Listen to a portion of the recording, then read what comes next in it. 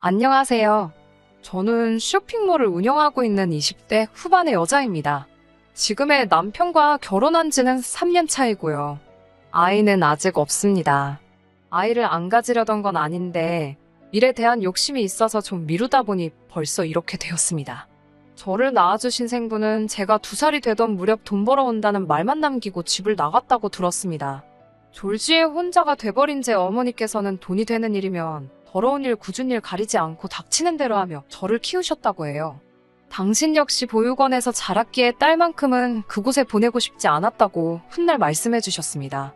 비록 여유롭게 배불리 먹고 자라지는 못했지만 어머니께서는 저에게 듣는 보약을 많이 지어주셨어요. 늘 칭찬해 주시고 저는 할 수 있다 응원해 주시고 그래서 오늘 지금의 자리까지 올 수 있었던 것 같아요.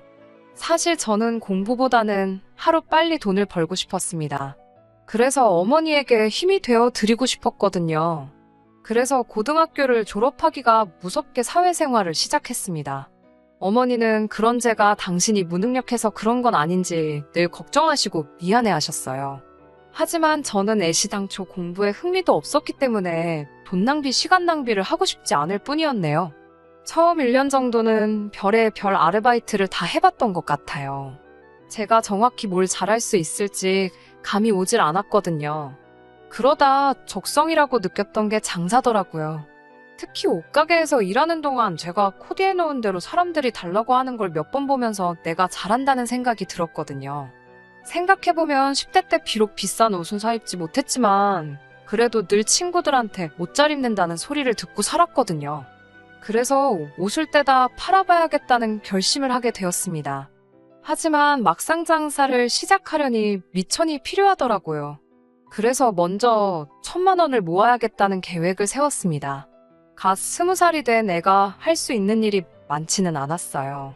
그래서 낮에는 카페에서 일하고 밤에는 동네 고깃집에서 설거지를 하면서 돈을 벌었습니다. 용돈벌이로 아르바이트를 하는 친구들과 달리 저는 생활비도 보태야 했기 때문에 돈을 모으는 게 쉽지만은 않았습니다. 그래도 목표하는 바가 있었기에 힘들거나 지친다는 생각은 하지 않았어요. 어머니도 기왕 마음먹은 거 최선을 다해보라고 하셨고요. 그렇게 한 달을 일하면 당시 제 손에 떨어지는 수입은 100만 원 남짓이었어요. 거기서 생활비를 필요한 최소 비용을 제외하고 나면 50만 원 정도 저금을 할 수 있었거든요.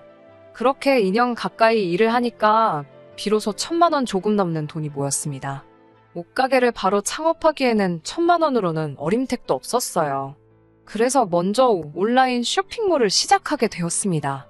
아이템당 5장, 10장 정도로만 떼다 팔다 보니 이윤을 많이 남길 수가 없었어요. 게다가 아무리 아닌 척해도 초짜인 티가 났는지 도매시장에 가면 무시도 많이 당했고 바가지도 쓰고 그랬거든요. 그래서 처음 6개월은 돈을 벌기는커녕 간신히 적자를 면하는 수준이었습니다. 그러다 결국 1년을 못 버티고 망했습니다. 하지만 7.8기라는 말이 있듯이 저는 포기하지 않았습니다. 이번에는 방법을 바꿔서 도매시장에서 먼저 아르바이트를 시작했어요.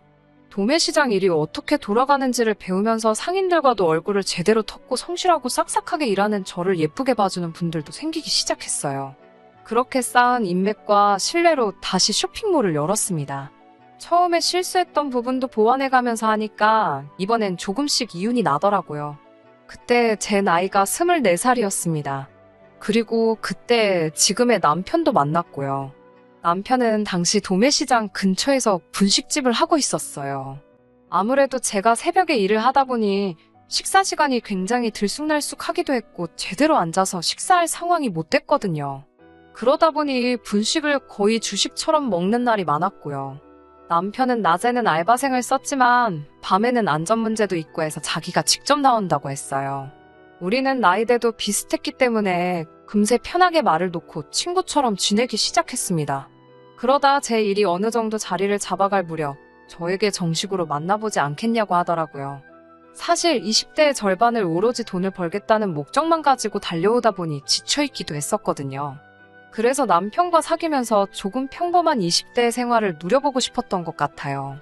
그렇게 저희는 사귀게 되었습니다. 가끔 영화도 보고 교외 지역으로 드라이브를 가긴 했지만 크게 달라진 건 없었어요. 둘 다 당장 먹고 사는 일이 바빴기 때문에요. 그렇게 2년 정도 만났을 무렵 남편이 저에게 한 집에 살면 그래도 더 자주 볼 수 있지 않겠냐며 애둘러서 결혼하자고 말하더라고요. 저는 그의 쑥스러운 고백이 좋았고 그렇게 결혼하기로 했습니다.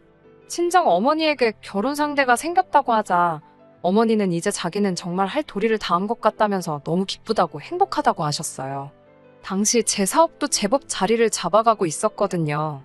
비로소 어머니에게 자랑스러운 딸이 된 것 같았고 앞으로 더 잘 사는 모습을 보여드리겠다고 몇 번이고 스스로 다짐했던 기억이 지금도 나네요. 결혼 이야기가 나오면서 자연스레 남편의 상황을 파악하게 되었습니다. 남편에게는 혼자이신 시어머니와 남편보다 2살 어린 시누가 있었습니다. 시아버지는 남편이 10대였을 때 지병으로 돌아가셨다고 들었어요. 시어머니는 현재 따로 하시는 일은 없고 소유하신 작은 상가에서 한 달에 나오는 150만 원의 수입으로 생활을 하신다고 했고요. 시누는 저와는 1살 차이였는데 따로 일은 하지 않고 시어머니에게 용돈 받아 쓰고 가끔 남편이 주기도 하고 그런다더라고요. 지금 셋이서 작은 아파트에 살고 있는데 그 아파트는 전세라고 했습니다. 결혼해도 시댁에 따로 경제적 도움은 주지 않아도 된다고 남편이 호언장담을 했습니다. 저 또한 친정 어머니는 내 힘으로 챙길 테니 당신은 신경 쓰지 않아도 된다고 했고요. 그래도 사실 부부 사이에 어떻게 칼로 무자르듯 당신 어머니 내 어머니 선을 그을 수 있겠나 싶었습니다. 상황에 따라 맞춰가며 사는 거지라고 생각했고요. 그런데 그건 저 혼자만의 생각이었나 봅니다. 결혼을 하고 나서도 사실 신혼을 즐길 새가 없었습니다. 쇼핑몰이 자리를 잡기 시작했을 무렵 큰 사고가 있었기 때문이에요. 2주 동안 2,000장 이상 판매된 청바지가 물빠짐이 심하다며 고객들로부터 항해 전화가 쏟아졌어요. 분명히 샘플을 받았을 땐 아무렇지 않았는데 이해할 수가 없었어요. 하지만 공장에 가서 상황을 살피다가 공정 중 빠진 부분이 있다는 걸 알아냈습니다. 공장 쪽에서는 자기들의 실수라는 걸 인정하면서도 어쩌지를 못하더군요. 손님들은 환불해달라고 난리였고 공장도 작은 공장이라서 제가 결제 대금을 주지 않으면 도산할 판이었죠. 저는 손님과의 신의도 중요했고 공장 식구들도 모른 척 할 수가 없어서 결국 제가 손해를 다 끌어안고 가기로 했습니다. 그때 손해본 금액은 상상할 수 없을 만큼 컸고요. 당장 쇼핑몰이 망해도 이상할 게 없는 상황이었습니다. 저는 결국 남편에게 정말 미안한데 조금만 도와줄 수 없겠냐고 2천만 원이라도 도와주면 급한 불은 끌 수 있다고 빌듯이 부탁했어요. 마침 그때 남편 친구가 빌려갔다가 갚은 여유 자금이 있다는 걸 알고 있었거든요. 그런데 남편이 우리 돈으로 서로 부담 주지 않기로 하지 않았냐면서 아무리 부부 사이여도 돈 문제로 저와 얽히고 싶지는 않다고 미안하다며 거절을 했어요.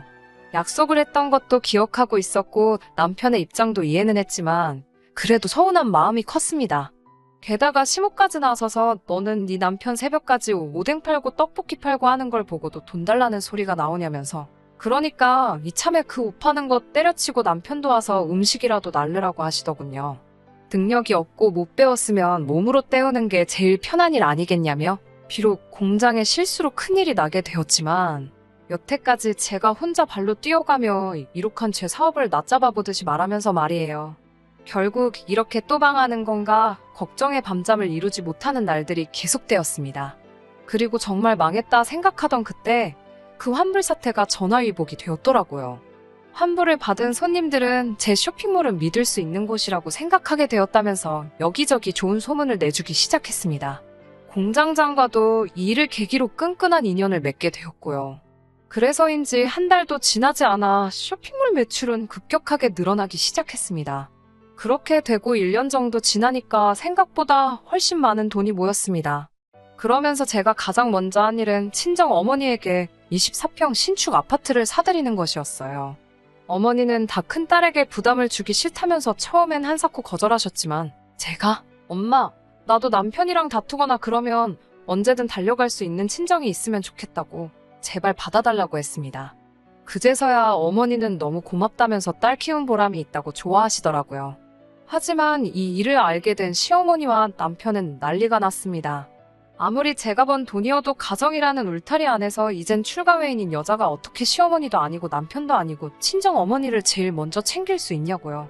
듣고 있는데 정말 어이가 없어서 제가 번 돈으로 절 낳아주시고 길러주신 어머니에게 효도하는 게 왜 이렇게 욕을 먹을 일인지 이해가 안 된다고 받아치자 남편이 저더러 양심이 있으면 생각을 해보래요. 콩 한쪽도 나눠 먹는 거라고 어려서 안 배웠냐면서 가진 게 있으면 다 같이 나눠야지 왜 한 사람한테만 몰아주냐는 거예요.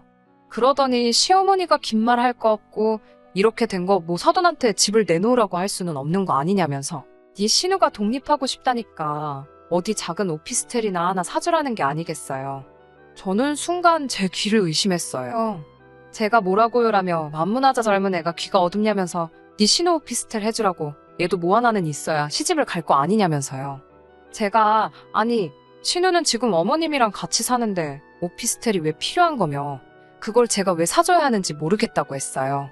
그러자 야, 네 남편 여동생이면 너한테도 여동생이나 마찬가지고 가족끼리 그 정도도 못 해주냐면서 기적의 논리를 펼치시더라고요. 그래서 제가 그럼 당신이 사주라고 나는 못 사주겠다고 하니까 저더러 너 이렇게 욕심 많은 여자였냐고 그래요. 그래서 제가 당신 내가 그때 한 번만 도와달라고 했을 때 부부끼리 돈으로 얽히기 싫다고 하지 않았냐고 근데 왜 이제 와서 이러냐고 하니까 한마디도 못 하더라고요. 그러더니 치사하게 그러지 말고 그냥 결혼할 때 못한 혼수랑 예단한다 생각하고 사주면 되지 않냐고 그래요. 제가 세상 어느 누가 혼수랑 예단으로 오피스텔을 가져오냐고 그렇게는 절대 못하겠다고 그러니 그럼 집은 됐고 멋들어진 외제차라도 한 대 뽑아주래요. 자기 여동생 기 살려준다면서 말이에요. 저희 둘 결혼할 때 둘 다 먹고 살기 빠듯해서 보증금 5천에 70짜리 월세 살고 있거든요. 그 보증금 5천도 반반했고요. 돈이 벌리는데도 이사를 안 갔던 이유는 제가 어려서부터 월세와 전세를 전전하다 보니 이사에는 이골이 난 상태였어요. 그래서 사실 올해나 내년에 적당한 30평대 아파트가 있으면 대출을 조금 끼더라도 자가로 사서 이사를 하려고 했거든요. 그때 남편 분식집도 정리하게 하고 저랑 같이 일하자고 하려고 했고요. 그런데 남편과 시모 그리고 신우는 제 이런 속마음도 모르고 제가 돈 얼마 벌었다고 당장 이거 내놔라 저거 내놔라 저를 뜯어먹을 궁리로 아주 난리더군요. 그제서야 이 사람들이 나를 호구로 보고 있다는 생각이 들었어요. 제가 막말로 남 좋은 일 시키려고 이렇게 죽기 살기로 열심히 살아온 게 아닌데 왜 이렇게 부당한 대우를 당해야 하는지 싶었고 그런 생각이 들기 시작하니까 가슴에서 분노가 걷잡을 수 없이 일었습니다. 저는 남편에게 그럼 그냥 헤어지자고 했어요. 내가 네 여동생 오피스텔 해주려고 이렇게 악으로 깡으로 버티면서 여기까지 온 줄 아냐고요. 내가 그래도 시모고 쉬느라 용돈도 늘 넉넉히 주고 너 분식집 장사 안 되는 거 알아도 생활비 달라고 안 했다고. 그런데 이제는 뭐 집을 사라 차를 사라 너 정말 미친 거 아니냐고 막 퍼부었습니다. 그리고는 남편에게 나는 이제 니한테 호구 잡혀서는 안 살 거니까 분식집 장사 열심히 하면서 살려고 했어요. 그제서야 남편이 아차 싶었는지 자기가 시모한테 이야기해서 사과시킬 거고 만약에 저한테 다시 힘든 일이 생기면 그때는 예전 같지 않을 거라며 제발 다시 한번 기회를 달라고 하더군요. 하지만 더 이상 제 귀에 그 사람이 떠드는 소리는 사람 소리로 안 들리더라고요. 그리고 저는 그날부로 그 월세방에서 나와 엄마 집에 있으면서 계속해서 사업에 몰두하고 있습니다.